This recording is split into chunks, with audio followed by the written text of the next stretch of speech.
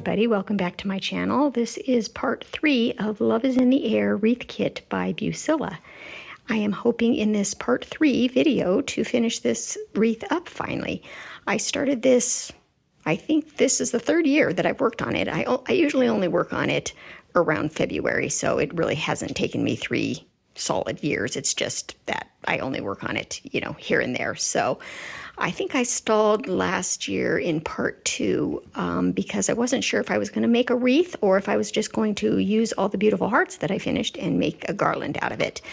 Because I was just a little intimidated. Well, I shouldn't say I was intimidated, but I don't really like the process of making the wreaths because I struggled with what is it called? Witch's Brew Wreath Kit. That was the first one I did, and it was a bit cumbersome to put together. So then I was kind of hesitant to do another wreath.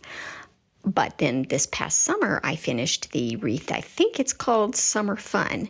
And you can check that out. It's also in my playlist, my FeltTube playlist. And I really had a much easier time assembling the wreath for that one. So it made me feel like I want to go back and turn this one into a wreath, and it should not take too long because all the pieces and parts are done, as you will see if you go back and watch parts 1 and 2.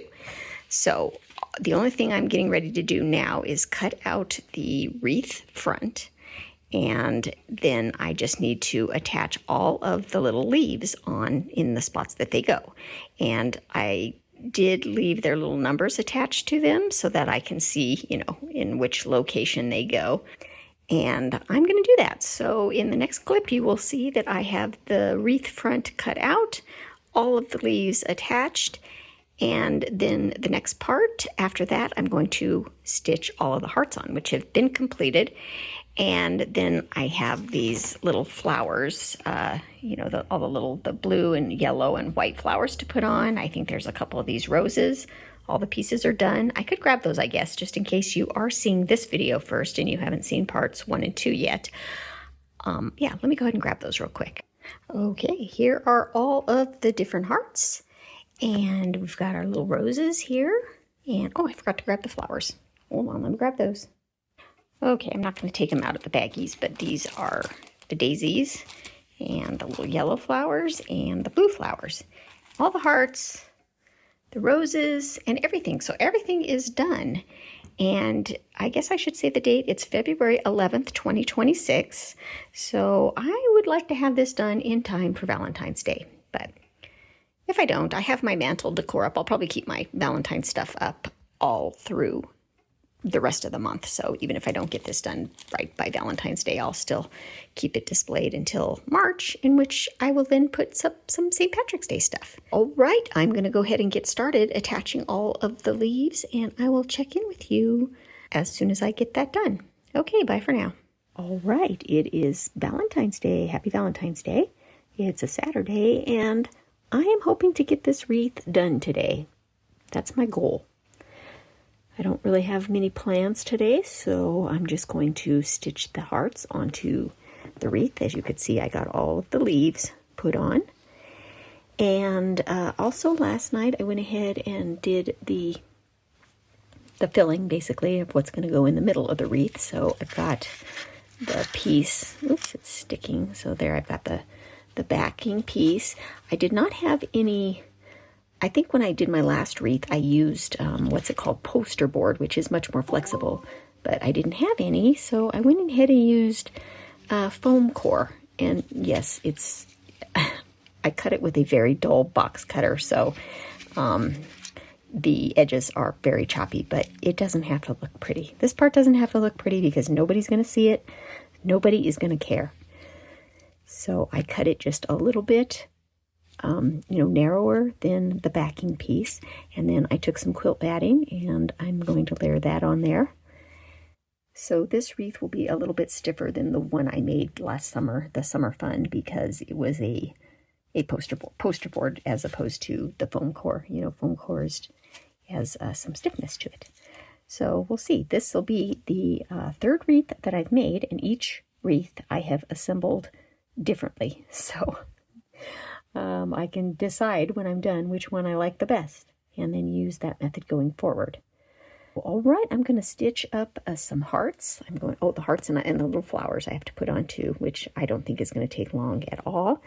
And then put this part on top of that and go around and just whip stitch the outer edge and the inner edge, and then attach a hanger on the back, and we'll be done. I'll check in. And if there's anything else or any problems I encounter, I will go ahead and post those here. But if not, then next clip should be a finished, or at least a very close to being finished wreath. Okay. All right, I have a finished wreath. I got it done in time for Valentine's Day. I worked on it kind of off and on throughout the morning and was able to display it before the day was over. And I'll put a little video clip at the end here of how it looks hanging on my mantle, along with the ornaments from the Heartfelt Treasures kit. So you'll see that too. So, yep, it went together. It's kind of fiddly putting these together. Let me turn it over here and show you where the back here. I'm not in love with the fact that you can see my stitches on the backs of the leaves, but I only don't like that from a sense that I'm going to be showing it on the internet to people that might have a more critical eye. But in my real life, I can guarantee you nobody will care. I'll probably be bothered by it the most. But yeah, I don't know what happened here. I got some kind of long thread I got to fix hanging there. But here's how I did my little hanger right there.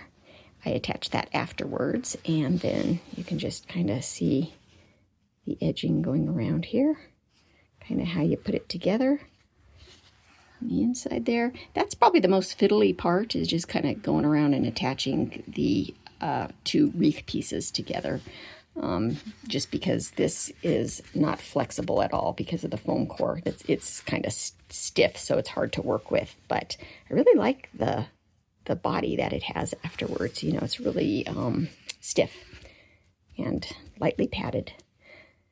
So yes, it's very pretty, and I'm happy to finally have this finished for you. If you are seeing this video first, like I said earlier, I have a part 1 and a part 2 that I will link below so that you can go back and see kind of where this started and how it ended. Okay, thank you so much for watching.